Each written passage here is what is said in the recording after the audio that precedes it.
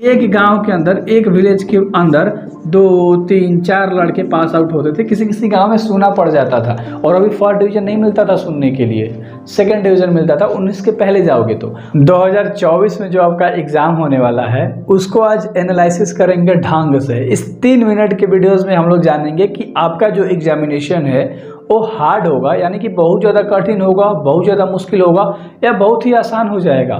किस लेवल के आपके एग्जामिनेशंस में क्वेश्चन आएंगे मेरे भाई। मैंने पीछे 7 साल के क्वेश्चंस को पूरा एनालिसिस करा है। वैसे मेरे को उतना नहीं करना चाहिए था, कोविड के बाद जो पैटर्न चेंज हुआ था ना, ऑब्जेक्टिव 100 आएगा और जिसमें प्रैक्टिकल होता है उसमें 70 आएगा और आधा मारना होगा, तो उसके बाद का पूरा मतलब सारी चीज़ें बदल चुकी हैं।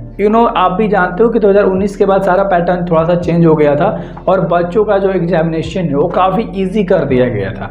तो अब हम लोग जानेंगे कि ये 2024, 19 के बाद 20, 21, 22 और 23 इजी एग्ज़ाम गया है। सारा क्वेश्चंस डबल आया है, सिंगल बनाना है, यानी कि मोस्ट ऑफ द क्वेश्चन थे एंड उसका हाफ डिवाइडेड बाई 2 बनाना था। यानी कि 15 क्वेश्चन है तो 7 बनाना है, 20 है तो 10 ही बनाना है, 6 है तो 3 बनाना है, और 70 का ऑब्जेक्टिव है तो 35 को मारना है, और 100 ऑब्जेक्टिव है तो 50 को टिक आउट करना है। राइट, अब हम लोग समझेंगे आज की इस वीडियोज़ में ये जो टफ का करिकुलम था ना, ये 2019 के पहले ही था। ठीक है, क्योंकि एग्ज़ाम पहले बहुत ही टफ हुआ करते थे मेरे भाई, ध्यान से समझो।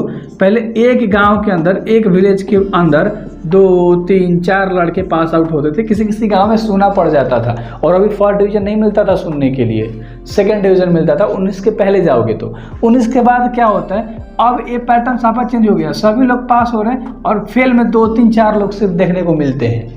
अब ऐसा पैटर्न हो चुका है और धीरे धीरे इसको काफ़ी इजी कर दिया गया है। अगर हम लोग 2024 को समझेंगे, ध्यान से समझिएगा। 21 आपका बहुत इजी गया एग्ज़ाम, ठीक है। 22 इजी गया, 23 बहुत इजी गया एग्ज़ाम। ये जो पिछला बार का हुआ था बहुत इजी गया एग्ज़ाम। इस बार जो एग्ज़ाम होने वाला है ना, 24 में जो भी एग्ज़ाम होने वाला है, ये 2024 की बात करते हैं, इसमें जो भी एग्ज़ाम होने वाला है जो भी सब्जेक्ट का, वो सब ईजी होगा। क्यों, मैं देखो समझाता हूँ। क्योंकि आपके सब में डबल क्वेश्चंस होंगे, ध्यान समझना। डबल क्वेश्चन का मतलब क्या होता है, अगर आप एक चैप्टर को पढ़ रहे हो और एक चैप्टर में आपने काफ़ी डिटेल पढ़ा, अगर मान लो आपके चैप्टर टोटल 12 हैं, मान लो हमने क्या ले लिया, 12 चैप्टर ले लिया, ठीक है। एक सब्जेक्ट के अंदर टोटल 12 चैप्टर है। अगर आपने 7 या 8 चैप्टर को निचोड़ लिया, कहने का मतलब क्या है कि अच्छे तरीके से पढ़ लिया सिर्फ इतना, तो आपका जो नंबर है ना वो बहुत ज़्यादा परसेंटेज लेकर आ सकता है। क्योंकि आपको या करके क्वेश्चन देगा, यानी कि 12 चैप्टर से मिला के तुमको क्वेश्चन तो मिलने वाला है। मान लो तुम्हारे पास 30 क्वेश्चन आया, तुम्हें कितना बनाना है, 15। तो जो 15 क्वेश्चन है इस 7 और 8 चैप्टर से डेफिनेटली आएंगे, ठीक है। क्योंकि आधा बनाना है तो डेफिनेटली इसके सारे क्वेश्चंस लट जाएंगे। तो अगर आप टेंशन मत लो कि आपका पूरा नहीं कंप्लीट है, अभी टाइम भी है एग्जाम में, बट अभी तक आपका कंप्लीट नहीं है। जब भी आप इस वीडियो को देख रहे हो तो आपको क्या करना है, आपका जो भी चैप्टर कंप्लीट हुआ है ना उस पर पकड़ बनानी है, उससे रिलेटिव सारे ऑब्जेक्टिव रट जाने हैं। सारे छोटे छोटे क्वेश्चंस किसे कहते हैं, क्या होता है बताएं, व्याख्या वाला 5 नंबर में आता है। बाकी ये 2 लाइन के जितने भी आंसर्स होते हैं ना, 2 से 3 लाइन के बीच वाले, ये सारे 2 नंबर के एग्जामिनेशन में, मतलब क्वेश्चंस जो होते हैं 2 नंबर में आते हैं एग्जाम के अंदर।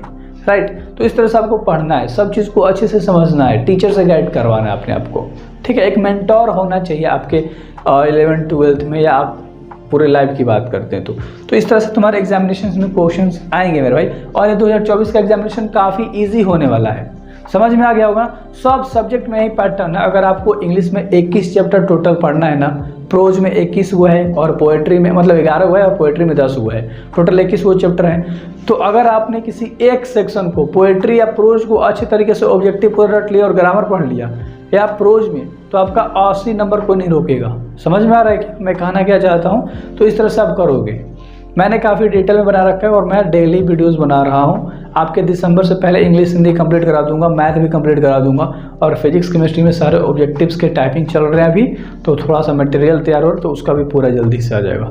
तो इस तरह से आपको डरना नहीं है कि टफ होगा या ईजी होगा, क्या करिकुलम था। अगर अच्छे से समझोगे, प्रीवियस ईयर एनालिसिस करने बैठोगे तो कहोगे भाई मैं सब बना दूंगा।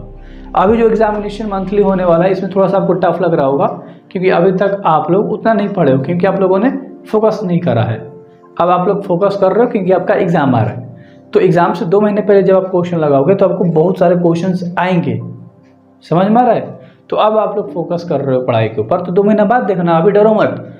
नवंबर तक देखना आप कि आप में क्या इंप्रूवमेंट आया है और एग्ज़ाम कैसा जाएगा आपका। पेपर देखोगे तो सब समझ में आएगा, ठीक है। तो सबसे पहले सिलेबस कंप्लीट करो, अपने स्ट्रैटेजी को कंप्लीट करो, जो भी आपने बना रखा होगा, कितना परसेंटेज लाना है, कितना पढ़ना है, कैसे पढ़ना है, एंड दैट्स इट। बहुत एग्जामिनेशन ईजी जाने वाला है, टेंशन मत लो, बस पढ़ाई पे फोकस करो। Okay, best of luck exam.